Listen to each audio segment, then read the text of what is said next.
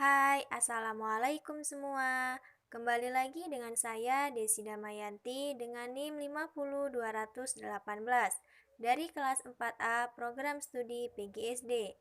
Di video kali ini saya akan menjelaskan tentang pengembangan kurikulum 2013, kurikulum darurat, dan kurikulum paradigma baru.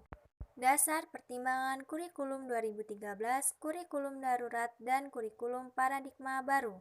Kurikulum 2013, pertimbangan kurikulum perlu dilakukan karena adanya berbagai tantangan yang dihadapi.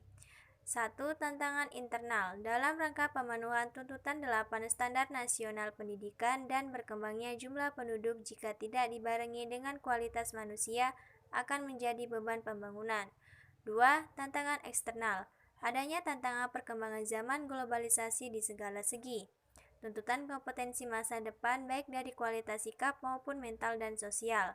Persepsi masyarakat tentang kurikulum sebelumnya yang menitik beratkan pada sisi kognitif, beban yang terlalu berat, kurang menekankan aspek afektif, dan berkembangnya pengetahuan dan pedagogi. 3. Penyempurnaan pola pikir. Pendidikan yang sesuai dengan kebutuhan masa depan hanya akan dapat terwujud apabila terjadi pergeseran atau perubahan pola pikir.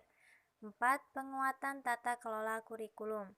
Pada kurikulum 2013, penyusunan kurikulum dimulai dari 4 aspek, yaitu menetapkan standar kompetensi lulusan berdasarkan kesiapan peserta didik, tujuan pendidikan nasional, dan kebutuhan. Setelah kompetensi ditetapkan, kemudian ditentukan kurikulum yang terdiri dari kerangka dasar kurikulum dan struktur kurikulum. 5. Pendalaman dan perluasan materi.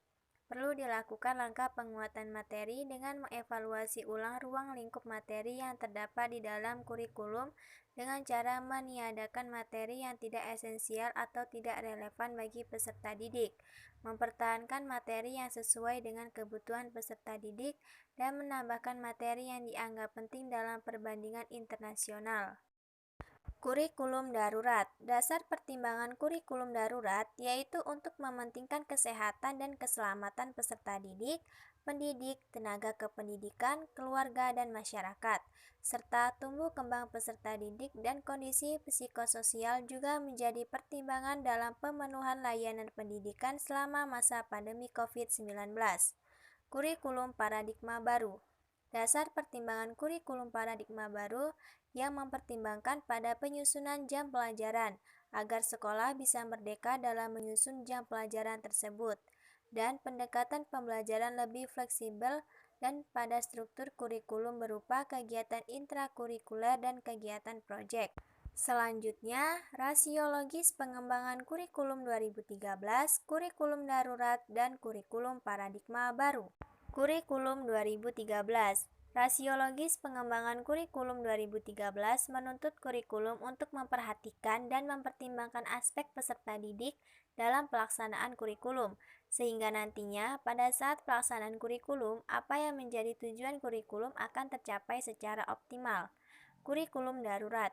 Rasiologis pengembangan kurikulum darurat muncul sebagai jawaban atas keterbatasan dalam proses belajar mengajar di tengah pandemi COVID-19. Kurikulum paradigma baru. Rasiologis pengembangan kurikulum paradigma baru dalam proses pelaksanaan pembelajaran, satuan pendidikan tidak terbatas pada satu pendekatan saja. Berbeda dengan kurikulum 2013 yang hanya menggunakan pendekatan saintifik, satuan pendidikan dapat menggunakan pendekatan berbasis mata pelajaran, tematik, inquiry, kolaborasi mata pelajaran, ataupun panduannya sesuai dengan peraturan menteri.